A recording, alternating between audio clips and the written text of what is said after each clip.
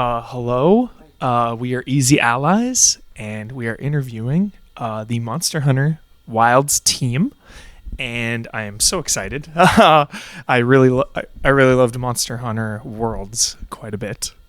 My first question is, hunting and crafting is such a big part of Monster Hunter. What is new to Wilds in terms of crafting and creating or getting new armors and weapons and all that?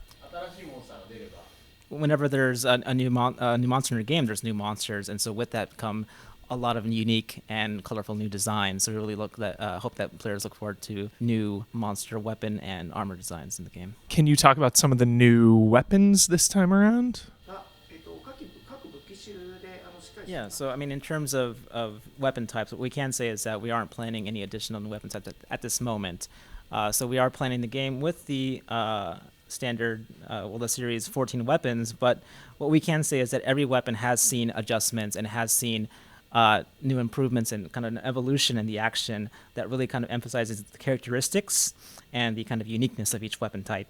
And that also goes into play with what you saw during the presentation, which is that while on the Sacred, you can change between two different weapons.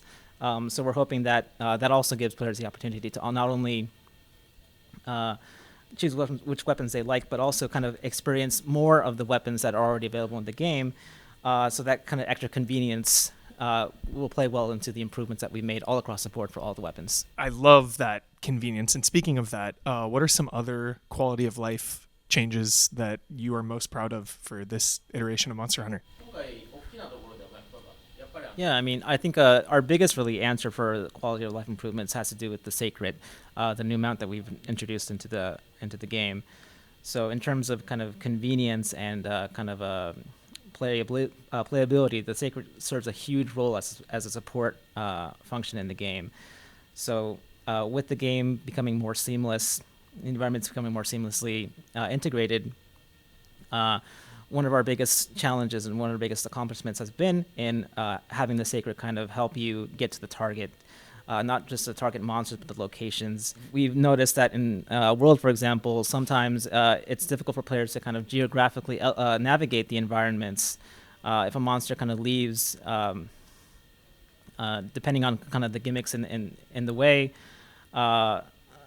players would have a difficult time kind of trying to get where they need to go, but the Sacred kind of makes all that a lot easier. So by automatically kind of honing in on the targets and where you want to go on the field, the Sacred makes it a lot easier for players to accomplish that. And not just movement and mobility, but the weapon choices, being able to choose between the weapons is really kind of one of the biggest kind of quality of life improvements we've made. So the Sacred as a kind of a core support feature is maybe our biggest accomplishment there. Awesome. Yeah, I liked the grappling of the ingredients. That was cool. And yeah, we appreciate that. We really think that there's more options available to the player when gathering things. So by being able to kind of use the hook slinger to collect materials while mounted, we hope that players really feel the improvement there. Has the wire bug been replaced by the grappling hook, and what kind of new functionality is centered around that mechanic?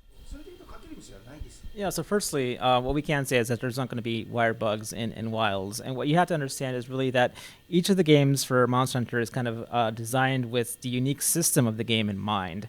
And so when we talk about kind of the palamutes, for example, and wire bugs in Rise, those were kind of adapted to the new game system, the gameplay, the action that we want players to experience specifically in Rise. Like, for example, for the palamute, that was also kind of developed around the kind of the buffs that you gain from endemic creatures out in the field. Riding around on the palamute enables you to kind of better accomplish that as you're going around, right?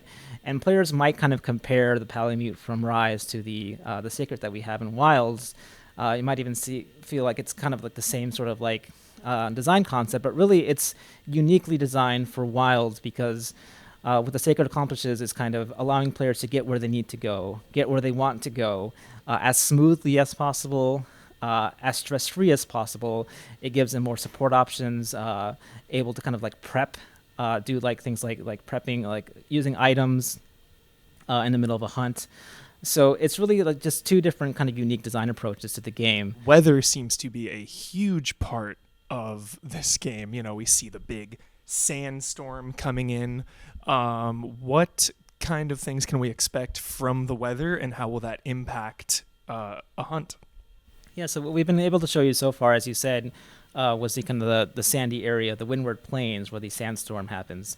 So as we kind of displayed there, each of the weather changes kind of really affects the ecosystem in dramatic ways.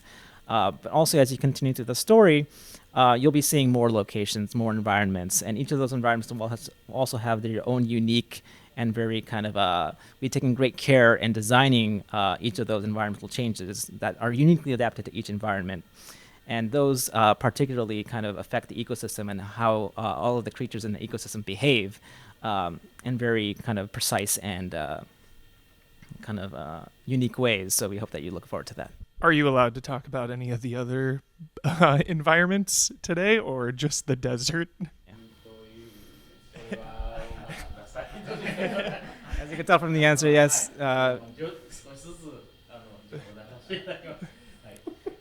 Yeah, all we can say is that we'll slowly unveil more information as we go forward. So unfortunately, we can't reveal too much right now. Yeah. Of course.